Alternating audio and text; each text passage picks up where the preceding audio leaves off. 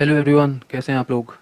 चलिए आज 29 अप्रैल के करंट अवेयरनेस के क्वेश्चंस डिस्कस करते हैं एंड उन क्वेश्चंस के साथ हम लोग थोड़ी ट्रिक्स भी डिस्कस करेंगे कि उन क्वेश्चंस को याद कैसे करें, जिससे कि जब भी आप एग्जाम्स में उन क्वेश्चंस को सॉल्व करें तो अगर उनके आसपास मिलते जुलते ऑप्शंस हो जो आपको कंफ्यूज करने के लिए डाले गए हैं तो आप कंफ्यूज ना हो और आप सही आंसर को टिक कर सकें। क्योंकि अगर एक स्टोरी, कोई एक टेक्निक अगर आपको पता होगी उस पर्टिकुलर क्वेश्चन को याद करने के लिए, सो यूजुअली कन्फ्यूजन आप एलिमिनेट कर पाएंगे एंड सही क्वेश्चन को जल्दी से जल्दी आप सॉल्व कर सकते हैं।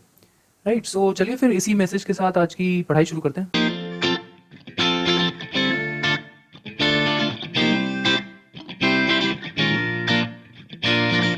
सो पहला क्वेश्चन है, which state launch Jagananna Vidya Deevena scheme.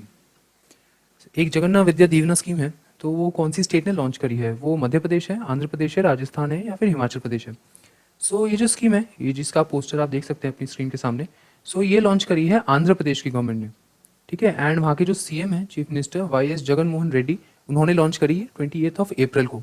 सो इस स्कीम के तहत क्या होगा ना कि जितने भी आईटीआई कर रहे होंगे लोग, बीटेक कर रहे होंगे बच्चे, बी फार्मेसी, एमबीए, जितने भी डिफरेंट डिफरेंट कोर्सेज कर रहे होंगे, उसमें से 15,000 से लेके 20,000 तक ऑफर होंगे एलिजिबल कैंडिडेट्स को इस स्कीम के थ्रू। ठीक है, जिससे कि उन पे थोड़ा बर्डन कम पड़े, फाइनेंशियल बर्डन कम पड़े and they can pursue there course freely, है ना, थोड़ा सा ज़्यादा उन पे फाइनेंशियल बर्डन ना पड़े।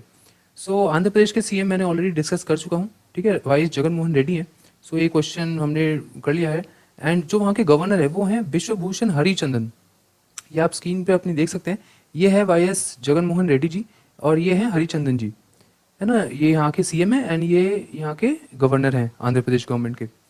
अब इस क्वेश्चन को हम याद कैसे करेंगे? देखिए, ये जो स्कीम है ना जगन्ना, ये वहाँ के जो सीएम है जगन मोहन रेड्डी, इनके नाम से बहुत ज़्यादा सिमिलर सिमिलर है ना। सो इसको याद करना, अगर आपको वहाँ के सीएम याद हैं जगन मोहन रेड्डी आंध्र प्रदेश के, सो आपको पता चल जाएगा कि जगन्ना स्कीम भी आंध्र प्रदेश की ही होगी। क्योंकि यूजुअली नेता जो होते हैं वो अपने ही नाम पे प्रमोट कराते हैं जितनी भी स्कीम्स होती हैं। ठीक है, जिससे कि आगे चल के भी उनका नाम चलता रहे। राइट, सो इस तरीके से आप इस क्वेश्चन को याद कर सकते हैं। नेक्स्ट क्वेश्चन है, which state government has launched 50 lakh insurance cover to journalist. अभी हम लोग देख रहे हैं कि कोविड-19 के लिए हम लोग डॉक्टर्स की हेल्प कर रहे हैं, हम लोग पुलिसमैन की हेल्प कर रहे हैं, मगर जो जर्नलिस्ट हैं, जो पत्रकार हैं, जो कि पूरे कोविड-19 की खबरों को कवर कर रहे हैं, वो लोग भी उतने ही वल्नरेबल हैं जितने कि पुलिसमैन और डॉक्टर्स हैं। डॉक्टर्स से तो थोड़ा कम, क्योंकि वो डायरेक्ट कॉन्टैक्ट में नहीं है पेशेंट्स के, मगर वल्नरेबल वो भी हैं। ठीक है, हमारे जो पत्रकार पूरे देश में हम तक न्यूज़ पहुंचा रहे हैं 24 घंटे, जो न्यूज़ हम देख पाते हैं कि कितने केसेस हैं, किस जगह की क्या हालत है। सो वो कौन सी स्टेट है जिसने 50 लाख का इंश्योरेंस दिया है उन पत्रकारों को? वो स्टेट कोई और नहीं है, वो है आसाम स्टेट। ठीक है, आसाम कहाँ आता है? नॉर्थ ईस्ट में आता है, ये उसकी लोकेशन है, मैंने आपको बताया। उसकी कैपिटल क्या है? दिसपुर।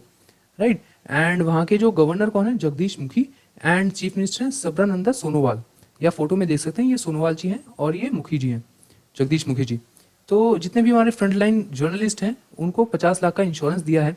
और सिर्फ उन्हीं को नहीं, असम गवर्नमेंट ने हेल्थ केयर वर्कर्स को भी दिया था, पुलिस वर्कर्स को भी दिया था, और अदर जो फ्रंटलाइन लोग हैं जैसे कि सफाई कर्मचारी हो गए या डिफरेंट डिफरेंट जो डिपार्टमेंट्स के लोग हैं, गवर्नमेंट डिपार्टमेंट्स के, जो हेल्प कर रहे हैं इस क्राइसिस में हम लोगों की। राइट, सो अब इस क्वेश्चन को याद करना बहुत ही आसान है। देखो, अगर कोई भी अपनी ड्यूटी आसान तरीके से कब कर सकता है ना, आसान तरीके से तब कब कर सकता है जब उसको फाइनेंशियल कोई बर्डन ना हो, कि उसके दिमाग में ये ना हो कि यार अगर मुझे कुछ हो गया तो मेरी फैमिली का क्या होगा। तो वो अपनी जो जो भी ड्यूटी है, जो भी ड्यूटी असाइन की गई है उसको, वो आसानी तरीके से कर सकता है। सो ड्यूटी को आसान किस स्टेट ने बताया? आसाम स्टेट ने बनाया। ठीक है, किसी भी ड्यूटी को आसान किस स्टेट ने बनाया? आसाम स्टेट ने बनाया। सो आप इस तरीके से इस क्वेश्चन को याद कर सकते हैं।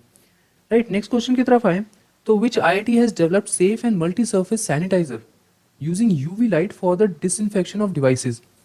डिवाइसेस को डिसइंफेक्ट करने के लिए यूवी लाइट के थ्रू, यूवी लाइट क्या होती है? Ultraviolet light. एक मल्टी सर्फेस सैनिटाइजर डेवलप हुआ है, वो कौन से आईआईटी ने डेवलप करा है? आईआईटी रोपर, मंडी, गांधीनगर या भुवनेश्वर? वो कोई और नहीं है, वो आईआईटी भुवनेश्वर है। और ये आप देख सकते हैं ना, ये बॉक्स टाइप है, इसके अंदर यूवी लाइट्स हैं। सो कोई भी अगर पर्टिकुलर चीज़ हमको डिसइंफेक्ट करनी है तो हम उसमें रखेंगे यूवी लाइट, उस पर एक्सपोज करेंगे, उसको भेजेंगे यूवी लाइट के थ्रू, एंड वो चीज़ डिसइंफेक्ट हो जाएगी। ठीक है, जैसे कि यहाँ पे भी लिखा है UV light for the disinfection of devices. अब ये 15 मिनट के अंदर किसी किसी भी चीज़ को डिसइंफेक्ट कर सकता है। अब ऐसी ही एक चीज़ एक और आईआईटी ने बनाई थी, आईआईटी रोपर ने, जो कि ग्रोसरीज को डिसइंफेक्ट करने के लिए उन्होंने एक बॉक्स टाइप ही बनाया था, एंड ये भी यूवी लाइट ही थी। इसको भी याद करने का मैंने आपको क्या अच्छा तरीका बताया था। देखो, ये ट्रंक जैसा लग रहा है ना, बक्से जैसा लग रहा है। अब यूजुअली हम लोग बक्सा कहाँ रखते हैं, हम लोग बक्सा रखते हैं हमारे जितने भी घर हैं वो अलमारियों के ऊपर रखी होती हैं, अटैची वगैरह बक्से वगैरह, है ना। सो ऊपर से याद कर सकते हैं, बक्से कहाँ पे रखें, ऊपर, ठीक है। और ऊपर और रोपर दोनों अगर बोलने में थोड़े से रिजेंबल करते हैं तो हम इस चीज़ से इसको याद कर सकते हैं कि ग्रोसरी के लिए आईआईटी रोपर ने बनाया था। कोई भी आइटम आप डिसइंफेक्ट कर सकते हैं सिर्फ 15 मिनट में, ठीक है। सो वो आईआईटी भुवनेश्वर बना रहा है। अब इसको हम लोग कैसे याद करें, देखो भुवनेश्वर के नाम में क्या आ रहा है, नाश आ रहा है ना। नाश आ रहा है, भुवनाश्वर हम लोग कुछ भी बोल सकते हैं। तो हम लोग जितने भी कीटाणु हैं उनका नाश कर रहे हैं। तो ऐसा आईआईटी कौन सा है जिसने ऐसी कोई चीज बनाई है जिससे कीटाणुओं का नाश हो, वो है आईआईटी भुवनेश्वर। नेक्स्ट क्वेश्चन है, विच ऑर्गेनाइजेशन हैज लॉन्च्ड कोविड-19 टूल्स एक्ट एक्सेलरेटर। एक ऑर्गेनाइजेशन है जिसने एक कोविड-19 के लिए टूल बनाया है जिसका नाम है एक्ट एक्सेलरेटर।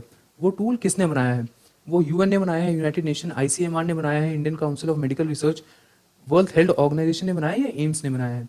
वो बनाया है डब्ल्यूएचओ ने, या फोटो में देख सकते हैं डब्ल्यूएचओ के चीफ हैं, क्या नाम है इनका, टेड्रोस एडेनम, ठीक है। तो ये क्या करेगा, ये एक्ट एक्सेलरेटर करेगा क्या, ये प्रॉब्लम सॉल्विंग में, मोबिलाइजिंग में, जितने भी फंड्स हैं उनको मोबिलाइज करने में हेल्प करेगा, उनको जल्दी से जल्दी एलोकेट करने में हेल्प करेगा डिफरेंट डिफरेंट कंट्रीज के लिए, ठीक है। जिससे उनकी जो कोविड-19 के खिलाफ लड़ाई है वो तेज हो सके एंड वो अच्छी तरह से उसको, मतलब फंड्स की कमी की वजह से किसी भी कंट्री को सफर ना करना पड़े, ठीक है। ये नाम है इसका, एक्सेस टू कोविड-19 tools, okay, ACT, act accelerator. इसका क्या नाम है, एक्सेस ए कोविड-19 टूल्स एक्ट एक्सेलरेटर। अब आपको बार बार ये जितनी भी ऑर्गेनाइजेशन है इनको याद करने की जरूरत नहीं है, ये नहीं आएगा। सिर्फ आपको ये याद करना है कि डब्ल्यूएचओ ने बनाया है, राइट। डब्ल्यूएचओ के आपको चीफ याद करने बहुत ही इंपॉर्टेंट है, किसी ना किसी एग्जाम में जरूर फंसेगा। और इसकी जरूरत क्या पड़ी, इसकी जरूरत इसलिए पड़ी क्योंकि जो 2009 में स्वाइन फ्लू आया था, H1N1, उस टाइम पे जो फंड एलोकेशन हुआ था डिफरेंट डिफरेंट कंट्रीज का, वो बहुत ही अनइवन हुआ था। अनइवन मतलब कि किसी कंट्री को कुछ ज्यादा मिल गया था, किसी को कम मिल गया था, मतलब इक्वल डिस्ट्रीब्यूशन नहीं हो पाया था फंड्स का। उसी को मद्देनजर रखते हुए इस बार डब्ल्यूएचओ ने ये इंश्योर करा है कि जो फंड एलोकेशन है वो इक्वल हो, राइट। नेक्स्ट क्वेश्चन है, स्वामित्व स्कीम। स्वामित्व स्कीम कौन सी मिनिस्ट्री या फिर डिपार्टमेंट ने लॉन्च करी है, वो मिनिस्ट्री ऑफ पंचायती राज ने लॉन्च करी है, स्टेट पंचायती राज के जो डिपार्टमेंट्स होते हैं उन्होंने लॉन्च करी है, स्टेट रेवेन्यू डिपार्टमेंट्स जो होते हैं उन्होंने, या फिर सर्वे ऑफ इंडिया, ये करी है चारों डिपार्टमेंट्स ने। चारों डिपार्टमेंट्स ने ये स्वामित्व स्कीम लॉन्च करी है। स्वामित्व स्कीम का ये जो पोर्टल है ये आप देख सकते हैं फोटो, और ये पर्टिकुलर है किसके लिए, ये प्रॉपर्टी रिलेटेड जितने भी डिस्प्यूट्स होते हैं ना। देखो स्वामित्व का मतलब क्या होता है, ये स्वामित्व बना है स्वामी से, ठीक है। स्वामी बोलते हैं ना, ये इस घर के स्वामी है या ये इस प्रॉपर्टी के स्वामी है, मतलब कि ओनर। स्वामी का इंग्लिश मीनिंग होता है ओनर, ठीक है। तो वहां से आप देख सकते हैं कि स्वामित्व किसी प्रॉपर्टी रिलेटेड स्कीम का ही मतलब होगा, स्वामित्व स्कीम का। देखो जितनी भी स्कीम्स होते हैं ना, अगर आप उनके मतलब भी याद कर लोगे, मतलब अगर आपको पता होगा कि वो संस्कृत वर्ड है, वो हिंदी वर्ड है, या फिर वो इंग्लिश वर्ड है, तो आप आधे से ज्यादा स्कीम समझ जाओगे। अब स्वामित्व है, स्वामित्व मतलब कि स्वामी से रिलेटेड है, स्वामी मतलब कि किसी चीज प्रॉपर्टी का ओनर, तो मतलब ये किसी प्रॉपर्टी रिलेटेड की कोई स्कीम होगी, है ना। और वही है, ये प्रॉपर्टी रिलेटेड डिस्प्यूट्स हैं उनको सॉल्व करने के लिए ये स्कीम बनाई गई है, जिससे कि अच्छी तरह से प्लानिंग हो सके, रेवेन्यू कलेक्शन सही से हो सके रूरल एरियाज में, और जो भी प्रॉपर्टी राइट्स हैं जितने भी लोगों के, वो उसमें क्लैरिटी बनी रहे, राइट।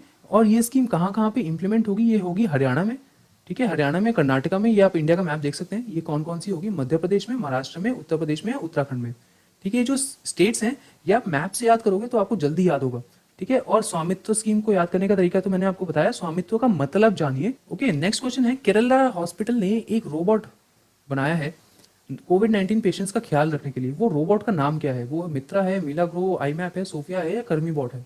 वो उसका नाम है कर्मी बॉट, ओके। ये आप देख भी सकते हैं, रोबोट है, ये कोविड-19 के लिए बनाया गया है, कोविड-19 पेशेंट्स को सर्व करने के लिए, ताकि जो डॉक्टर्स का इंटरेक्शन है, जो मेडिकल स्टाफ का इंटरेक्शन है कोविड-19 पॉजिटिव पेशेंट से, वो कम हो, एंड जो मेडिकल स्टाफ है उसमें कोरोना वायरस स्प्रेड थोड़ा कम हो सके। अभी हम लोग देख रहे हैं कि जितने हमारे मेडिकल स्टाफ है उनमें मैक्सिमम प्रोपोर्शन कोरोना वायरस का स्प्रेड हो रहा है, उसको कम करने के लिए we are using the different different robots. और सिर्फ केरला हॉस्पिटल ने नहीं यूज करा है, फोर्टिस भी यूज कर रहा है, फोर्टिस ने मित्रा रोबोट यूज करा है, एम्स दिल्ली ने मिलाग्रो आईमैप 9 रोबोट यूज करा है, ठीक है। तो ये रोबोट्स, ये दो रोबोट्स भी आपको याद करने, एंड कर्मी बॉट तो आपको याद करना ही करना है, ठीक है। अब केरला के बारे में बात हो रही है तो वहाँ के जो चीफ मिनिस्टर और गवर्नर के बारे में बात कर लेते हैं।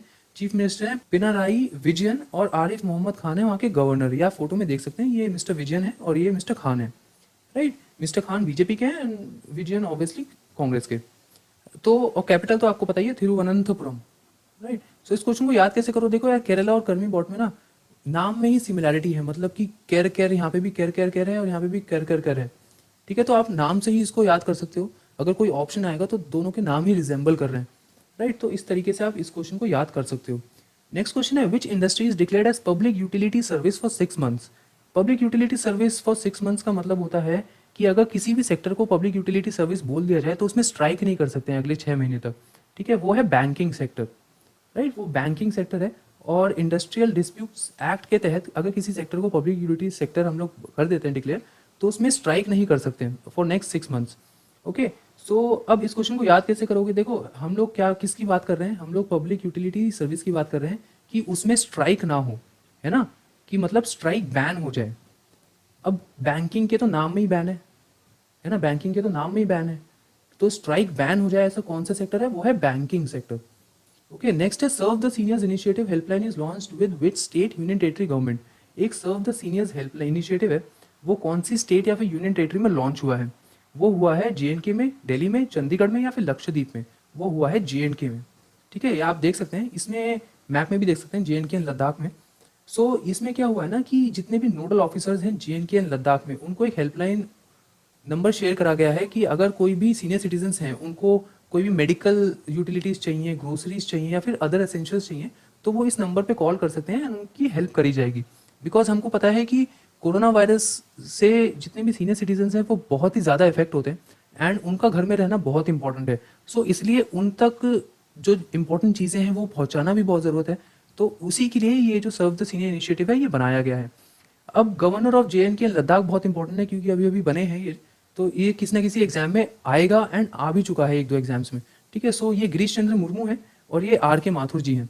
ठीक है, सो आप ये इससे याद कर सकते हैं कि यार इन्होंने ऐसा मुंह बना रखा है कि जैसे कोई मर गया हो, है ना। तो मुर्मू मुर्मू जी ये हैं एंड आर के माथुर जी ये हैं हमारे लद्दाख के, राइट। एंड इस क्वेश्चन को कैसे याद करेंगे कि सर्व द सीनियर्स इनिशिएटिव जे का होता है। देखो, जितने भी हमारे बड़े बुजुर्ग होते हैं वो घर के हायरार्की में सबसे ऊपर आते हैं, राइट, सबसे टॉप पे होते हैं, फिर हमारे पेरेंट्स आते हैं, फिर हम आते हैं।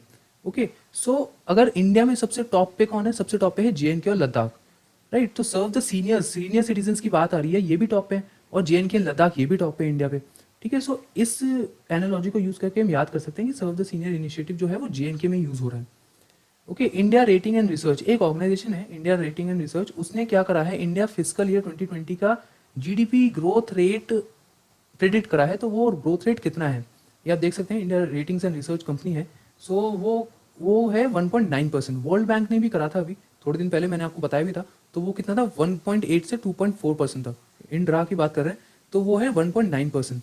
ओके, एंड इसका हेडक्वार्टर्स कहाँ है? इसका हेडक्वार्टर्स है मुंबई में, और इनके जो एमडी हैं वो है आनंद भौमिक, या फोटो में देख सकते हैं, आनंद भौमिक इनके एमडी हैं, राइट। इंस्टीट्यूशन कौन सा इंस्टीट्यूशन है जिसने वॉश करो ऐप जो है वो लॉन्च करी है कोविड-19 के लिए?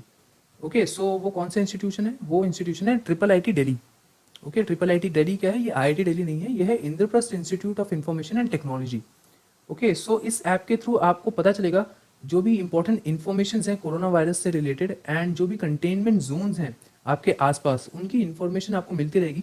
और ये भी पता चलेगा कि कोरोना वायरस से रिलेटेड अगर कोई इन्फॉर्मेशन है वो जेन्युइन है या फिर फेक है, राइट। ट्रिपल आईटी के डायरेक्टर रंजन बोस हैं, मगर इनको याद करने की जरूरत नहीं है, जस्ट फॉर इन्फॉर्मेशन सेक मैंने आपको बताया है, राइट। अब इस क्वेश्चन को कैसे याद कर सकते हैं? देखो, इस क्वेश्चन को मैंने कैसे याद करा है मैं बता देता हूँ। अगर आपको लगे कि ये ठीक है तरीका तो आप कर सकते हैं, नहीं तो आप मुझे बता सकते हैं इस क्वेश्चन को कैसे याद करें। हम लोग नेक्स्ट वीडियो में उसको डिस्कस करेंगे। अब जब हम वॉश करते हैं, यूजुअली जब हम किसी को वॉश करते हैं तो किससे करते हैं? पानी से करते हैं, है ना। और पानी के देवता कौन है? पानी के देवता है इंद्र भगवान, बारिश के देवता है ना, तो इंद्र भगवान। तो इंद्रप्रस्थ यूनिवर्सिटी जो है वो उसने ये ऐप लॉन्च करा है वॉश करो, राइट। सो मैंने इस चीज़ को ऐसे याद करा है। अगर आपके पास कोई और अच्छा तरीका हो तो आप मुझे बताइए, हम लोग डिस्कस करते हैं, right. Pitch black air combat training अभी होने वाली थी इंडिया और कौन सी कंट्री के बीच में? ठीक है, तो वो ऑस्ट्रेलिया है, फ्रांस है, कंबोडिया है, या फिर साउथ अफ्रीका है। पिच ब्लैक एयरफोर्स की ट्रेनिंग है बेसिकली ये, एंड ये होने वाली थी इंडिया और ऑस्ट्रेलिया के बीच में। ठीक है, so because of corona virus जो वहाँ के chief of royal Australian air force थे मैग ह्यूपफेल्ड, उन्होंने लेटर्स लिख के जितने भी पार्टिसिपेटिंग नेशंस थे, जिसमें सिर्फ इंडिया नहीं था, Australia, Canada, France, Germany, Indonesia, Malaysia, Thailand, Singapore, New Zealand, Netherlands और यूएसए। ठीक है, बहुत सारी कंट्रीज थी। सो इस इनके जितने भी लीडर्स थे एयरफोर्स के, उनको लेटर लिखा कि because of corona virus we can not host this exercise this year. So ये एक्सरसाइज कैंसिल हुई है, इसलिए ये एक्सरसाइज अभी इंपॉर्टेंट है। ठीक है, देखो क्या होता है ना, वही एक्सरसाइजेज वही ट्रेनिंग्स पूछी जाती हैं यूजुअली जो रिसेंट टाइम्स में हुई है या जिसमें कोई न्यू डेवलपमेंट आया है। सारी याद करने का कोई फायदा नहीं है, वो स्टैटिक में आ जाता है, उनके चांसेस कम होते हैं कि वो पूछे जाए। मगर फिर भी जो जो एक्सरसाइज होती रहेगी, जो जो एक्सरसाइज का शेड्यूल आता रहेगा, मैं सबका आपको बता दूंगा। आप कमेंट बॉक्स में लिखो तो मैं एक पूरी लिस्ट भी बता दूंगा आपको कि कौन सी एक्सरसाइज कब होती है और किन किन कंट्रीज के बीच में होती है। ठीक है, सो वो आप मुझे बताइए कि अगर आपको वो लिस्ट चाहिए देन उस पर भी एक वीडियो हम लोग बना सकते हैं। सो अब क्योंकि एयरफोर्स की बात आ रही है तो एयर चीफ मार्शल याद करना बहुत इंपॉर्टेंट है, ये एग्जाम में आ सकता है। ठीक है, एक तो ऑस्ट्रेलिया आएगा एंड अगर कोई क्वेश्चन आएगा तो ये आएगा सेकंड। पार्टिसिपेटिंग नेशंस नहीं आएंगे क्योंकि बहुत सारे हैं। ठीक है, तो वो कौन है, आर के सिंह भदूरिया। अब ये तो इंपॉर्टेंट क्वेश्चंस थे जो हमने डिस्कस करे, डिटेल में डिस्कस करे। अब कुछ इंपॉर्टेंट इन्फॉर्मेशन हैं जो एग्जाम पॉइंट ऑफ व्यू से इंपॉर्टेंट नहीं है, मगर क्योंकि आज हुई हैं तो उनको डिस्कस करना बनता है।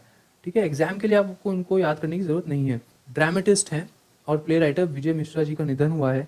ठीक है, former governor of Bihar and Tripura Devanand Konwar ji का भी देहांत हुआ है अभी रिसेंटली। ठीक है, उत्तर प्रदेश गवर्नमेंट ने बैन करा है पब्लिक गैदरिंग जून 30 तक। अब मैंने किसी किसी वीडियोस में देखा कि ये एज एन इंपॉर्टेंट क्वेश्चन बना रखा है। अब यार मेरे को एक बात बताओ, कोई एग्जाम होगा अगस्त में, है ना, तो अगस्त के किसी एग्जाम में क्या वो ये पूछेगा उत्तर प्रदेश ने अपना बैन कब तक रखा था, है ना, और हो सकता है कि जून 30 के बाद भी वो बैन चालू हो जाए। तो इस क्वेश्चन का कोई रेलेवेंस नहीं बनता है कि करंट अफेयर की वीडियो में ये क्वेश्चन बताई जाए। एज एन इन्फॉर्मेशन बताया सकते हैं कि आज के दिन ये हुआ तो आपको पता होना चाहिए। अगर आप उत्तर प्रदेश में रहते हैं तो आपको आसपास की चीज़ों का पता होना चाहिए, इसलिए मैंने ये डाला है। मगर ये भी आप ध्यान रखा करिए जहाँ से भी आप पढ़ रहे हैं कि कौन सा क्वेश्चन इंपॉर्टेंट है कौन सा नहीं। हमारे दिमाग में एक फिक्स मेमोरी होती है, उसको बेफालतू में भरोगे तो कोई फायदा नहीं है। ठीक है, सिर्फ उतनी चीज़ें भरो जितने की इंपॉर्टेंट है। राइट, फॉर्मर पाकिस्तान स्कीपर साना मीर ने रिटायरमेंट अनाउंस करी है, ये भी ठीक है, इन्फॉर्मेशन थी तो मैंने बता दी। राइट, सो आज के लिए इतना ही है। आई होप कि आप लोगों को पसंद आया होगा एंड अगर नहीं पसंद आया तो डिसलाइक करो, बेफिक्र होकर डिसलाइक करो एंड रीज़न लिख दो हमको जिससे कि हम लोग इम्प्रूव कर सकें। एंड अगर पसंद आया तो ज़रूर लाइक एंड सब्सक्राइब करो एंड उसका भी रीज़न लिखो कि क्या चीज़ आपको पर्टिकुलरली पसंद आई। Okay, so that is all for today and will meet tomorrow. Thank you very much.